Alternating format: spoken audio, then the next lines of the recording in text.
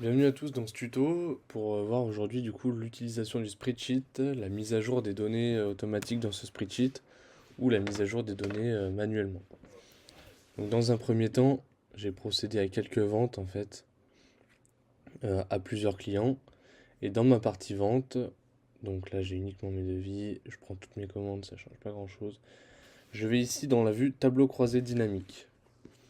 Dans cette vue, je vais pouvoir organiser par exemple mes ventes de juin par client.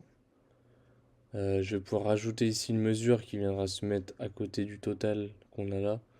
Donc par exemple, ça pourrait être un montant hors taxe pour différencier les deux.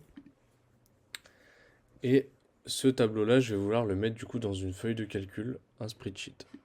Donc je fais insérer dans une feuille de calcul.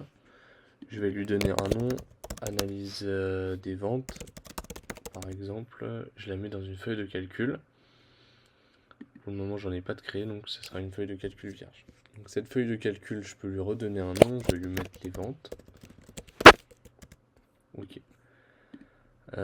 Ici, on voit que j'ai bien retrouvé mes données que j'avais de l'autre côté. Donc là, je vais aller réouvrir mon tableau. Donc là, j'ai bien en fait le total de mes ventes par client sous format Excel. Ce tableau, à savoir qu'il est dynamique, donc c'est-à-dire que si je refais une vente, par exemple à Déco Addict, ce montant-là va venir s'incrémenter ainsi que celui-ci. Donc, on va faire le test ensemble. Déco Addict, je lui revends par exemple des ordinateurs. Je lui en vends 5. On va faire.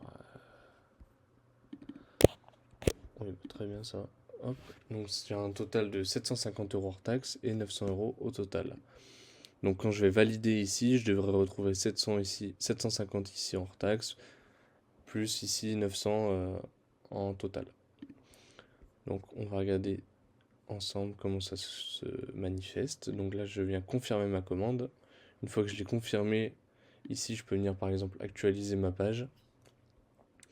Et là, je vois bien que j'ai eu plus 900 en total et plus 750 ici. Donc, lorsque le client est déjà créé en fait dans mon tableau, automatiquement, ça me remet à jour les données qui sont liées à ce client. En revanche, si je fais un nouveau client qui n'est pas dans ce tableau, il y a une petite manipulation à faire pour mettre à jour les données, puisque Odoo va devoir recréer une ligne, et ça, il ne le fait pas automatiquement. Donc on va faire le test ensemble. Donc là, j'avais que 3 clients, j'avais Allport, DecoAddict et Azure Intérieur. Allport, Azure Intérieur, DecoAddict. Maintenant, je vais refaire une vente, par exemple, à mon client qui pourrait être MyPort, donc qui n'est pas dans ce tableau ici. Mon client MyPort, je vais lui vendre des écrans avec un prix unitaire à 300 euros. Je lui en vends par exemple 10. Je viens confirmer ma vente. Et là, lorsque je vais mettre à jour ici, on voit que la ligne en fait MyPort n'apparaît pas. Alors que si je vais dans mon tableau croisé dynamique,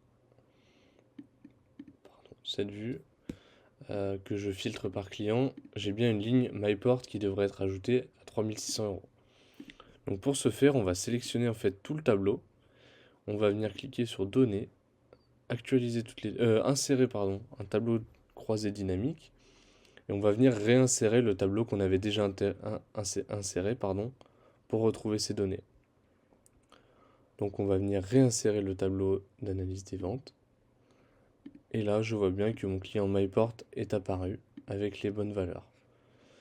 Donc voilà, donc si on ne fait pas de vente à un nouveau client, on a simplement à rafraîchir la page. En revanche, s'il y a un nouveau client qui est apparu dans mes ventes, dans mes clients, je dois venir dans Données, insérer un tableau, réinsérer et remettre le tableau qu'on avait déjà inséré pour faire ce tableau. Voilà pour ce petit tuto.